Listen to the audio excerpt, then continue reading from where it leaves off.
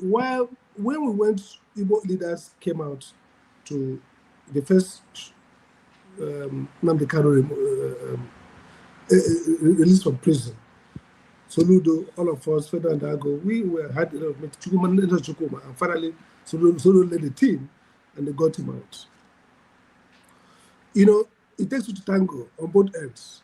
When Nnamdi Kanu came out, and there were several meetings back and forth, subjecting himself and his movement to a greater Igbo leadership didn't quite happen. So there is a crisis in Igbo land which has to be resolved, which is a crisis of leadership.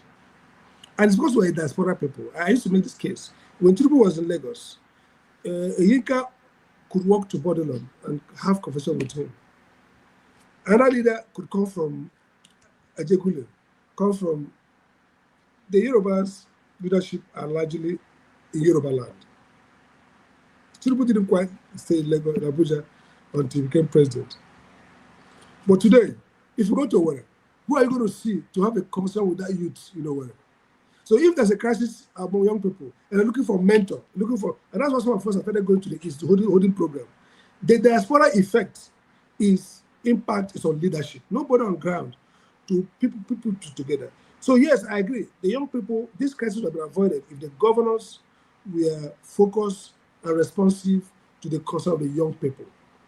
So the truth of the matter is that we don't have, Achebe says, the white man has put a knife on what holds us together, and we cannot talk to each other. True, the leadership crisis in Igbo land manifests also in the sense that there is no convergence of leadership, in the sense that we can all agree that, okay, fine, no matter what the facts of the matter is between federal government and Nnamdi Kanu, on this we stand. This is a common ground, and we all come, truly, if we all come together, there's no way the federal government can resist that. If all the governors and the traditional rulers and the intellectuals say, the common Igbo position is X regarding this man, that happens. But part of the crisis is that the far corner cannot hear the far corner.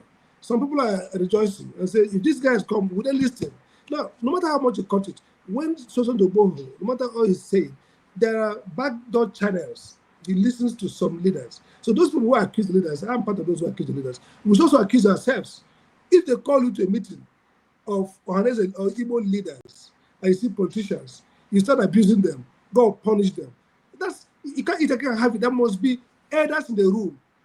And if you don't submit to those elders, we're not saying lick their boot up. No, we are critics. But at least I'm a critic. I attend meeting of Igbo elders in Abuja here at the highest level and have strong views. Sometimes I lose the battle. Sometimes they agree with me.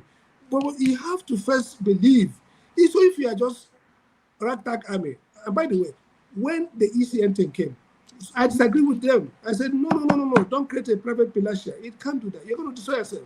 So the question is, people are saying, all this struggle, if we count the losses, we lost. We killed our people were killed by the military. So if you can't listen to that message and say, is there a better way?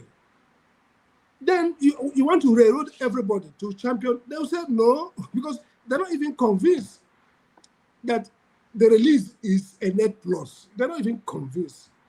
I mean, Sunday Boho, what damage did he do to Yoruba? Nothing. He's going there, fighting the federal government, claiming to fight for Yoruba land. But in his own territory, nobody came and said, this is what Oboha's group did against us.